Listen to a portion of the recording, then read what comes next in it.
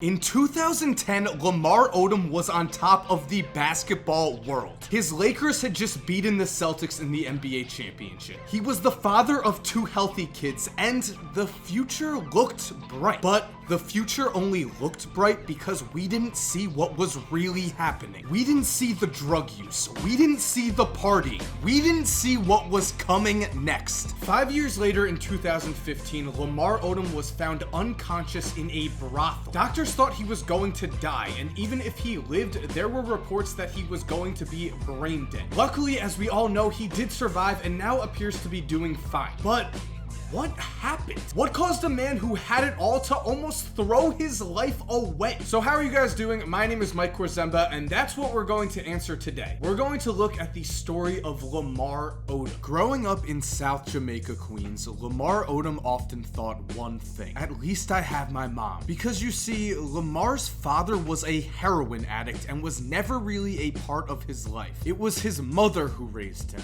His mother who would leave the biggest lasting impact on him. And during his childhood, this was a good thing. Lamar himself called his mom his best friend, and she always had his back. There was even a time during one of his Pee-wee football games where he remembers taking a big hit, and suddenly his mom was on the field, making sure he was okay. Now, he was a kid, so of course he was embarrassed and yelled at her to get off. But the point remains. Kathy Mercer, Lamar's mom, was always the one that made sure he was okay. But then there was the colon cancer. Lamar remembers it vividly, remembers his mom getting sicker and sicker, and finally remembers the last thing she said to him before she passed: be nice to everyone. So just like that, Lamar lost the biggest person in his life, and in his own words, he turned and began to rely on 2 things: his grandmother, who was now taking care of him, and basketball. It was on the court where for an hour, Lamar could forget about the pain in his life and focus on something else. Soon he became obsessed with the sport, and he also became very,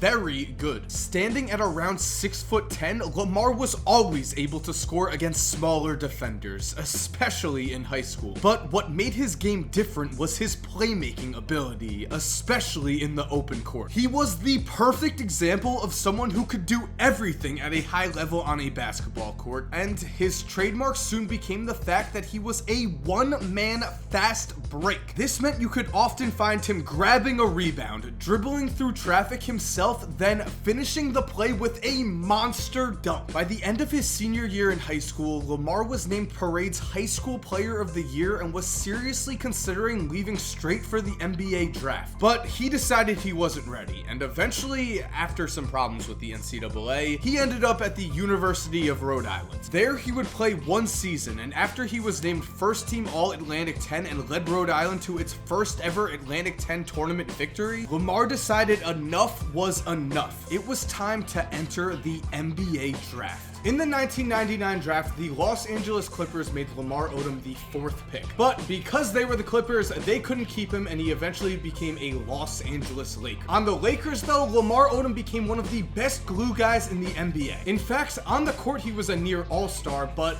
there was a lot we weren't seeing. So, what went wrong? Well, as we've seen so far, while Lamar Odom's life was filled with some highs, it was also filled with some devastating lows. First, he grew up without a father, then his mother died before he was even a teenager, and then finally, the last straw came when Lamar was 24 years old. It was during this year that his grandmother died, and with so much pain around him, Lamar Odom was simply looking for a way to escape that pain. He should have turned to his friends or to some sort of therapy, but instead, he unfortunately turned to drugs. More specifically, he turned to cocaine. As Lamar remembers, you might think that being a kid from New York City, my problem started a long time ago, but that wasn't the case. I never wanted to touch anything stronger than marijuana. I definitely never touched cocaine. But then came his grandmother's death, and then came Lamar saying, I didn't try cocaine until I was 24 years old. Right around that time, my grandmother passed away. I lost a lot of family members in a short period of time. When I did coke, I felt good for a minute, so I kept doing it more and more. In Lamar Odom's mind at the time, cocaine was a way to get away from real life. A way to get away from the pain that haunted his everyday thoughts. And in his mind, he was in control. He said that doing cocaine was not an everyday thing until he got yet another devastating call. Now at this point, things were actually going okay with Lamar's personal life. Yes, he was a drug user and that wasn't great, but he was still playing basketball at a high level, and more importantly, he was the father of 3 children. But then came that phone call. A call telling Lamar that while he was out all night partying, his 6-month-old boy Jaden had died. The doctors told him that Jaden had passed due to sudden infant death syndrome, and as Lamar remembers, it almost sounded made up. No explanation, just gone. And you're supposed to just accept it. You're supposed to live with that. I think everything probably picked up at that point with the drugs. I think subconsciously you make yourself an addict because of the trauma that you're going through, and thus began the downfall of Lamar Odom. Now, giving into his addiction fully didn't happen all at once. That's usually not how it works. Things just started to get worse and worse behind the scenes. In front of the cameras, everything seemed fine. Lamar even won 2 championships during this time period, but eventually his inner demons got the best of him. Suddenly, the world saw a sharp decline in Lamar's basketball ability. In 2011, he had averaged 14.4 points and 8.7 rebounds a game. Then, just 2 years later, after averaging just 4 points a game, Lamar Odom was out of the NBA. This was the worst thing that could possibly happen to him. Now without a full-time job, without big-time responsibilities, his addiction was free to take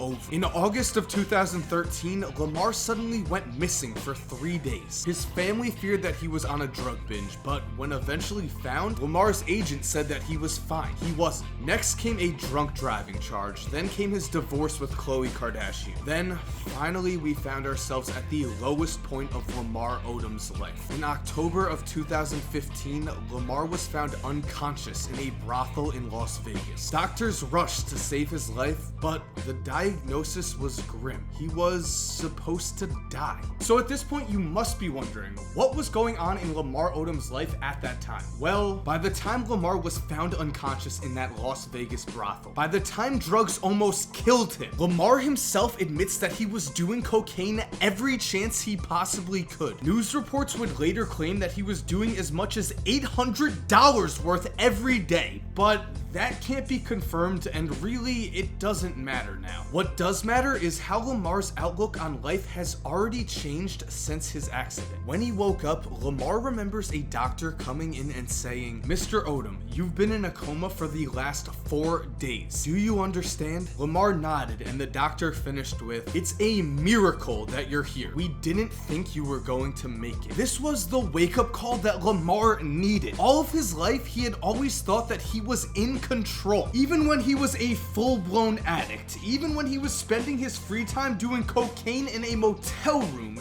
he never thought that he was actually in danger of dying. Now though, after looking death in his face, Lamar decided he wasn't ready to go. Instead, he was going to fight. It wasn't going to be easy. Battling an addiction never is. To this day, Lamar still says that every day is a struggle. There are times he still wants the high that drugs used to give him, but luckily, he has people to get him through his darkest hours. As Lamar puts it, "My kids are the only things that kept me going. I've been a big, strong dude my whole life, so anytime my kids see me in a weak point like that is definitely hard for me." Because of his kids, Lamar went to rehab. Because of his kids, Lamar went to therapy, and now, because of his kids, he lives a clean life. Going even further though, he also lives a clean life for the people he's lost. Every morning he wakes up and looks at pictures of his mom, his grandma, and his kids to remind himself why he's doing this. Lamar says looking at these pictures are like taking his vitamins, and so far, it's worked. So thank you guys for watching, and I just want to say, man, I hope Lamar Odom stays clean. I know it's going to be a struggle, but I just feel like his family deserves that. And guys, if you want more stories like this, if you want NBA what ifs, NBA conspiracies,